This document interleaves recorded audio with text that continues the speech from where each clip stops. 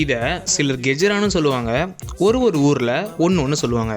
மறக்காமல் சேவ் பண்ணி அம்மா கிட்ட காட்டி செஞ்சு தர சொல்லுங்கள். இப்போது 1 கப் சர்க்கரை சேர்த்து ஏலக்காய் தூள் சேர்த்து கரைச்சி வச்சுக்கோங்க. இப்போது ஒரு கிண்ணத்தில் 2 கப் கோதுமை மாவு, 1/2 கப் எள்ளு, 1/2 கப் ரவா, 1/2 கப் நெய் சேர்த்து நல்லா கலந்து கரைச்ச சர்க்கரை தண்ணியை சேர்த்து நல்லா டைட்டாக பிசைஞ்சு வச்சுக்கோங்க. மாவை உங்களுக்கு எந்த ஷேப்பில் வேணுமோ அந்த ஷேப்பில் சின்னதாக கட் பண்ணி எண்ணெயில் சேர்த்து கோல்டன் ப்ரௌனில் லோ ஃப்ளேமில் வச்சு பொரிச்சு எடுத்துக்கோங்க.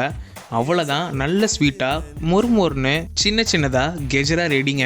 மறக்காமல் சேவ் பண்ணி ட்ரை பண்ணி பார்த்துட்டு எப்படின்னு கமெண்ட்டில் சொல்லுங்கள். அப்புறம் நாளைக்கு வரேன்.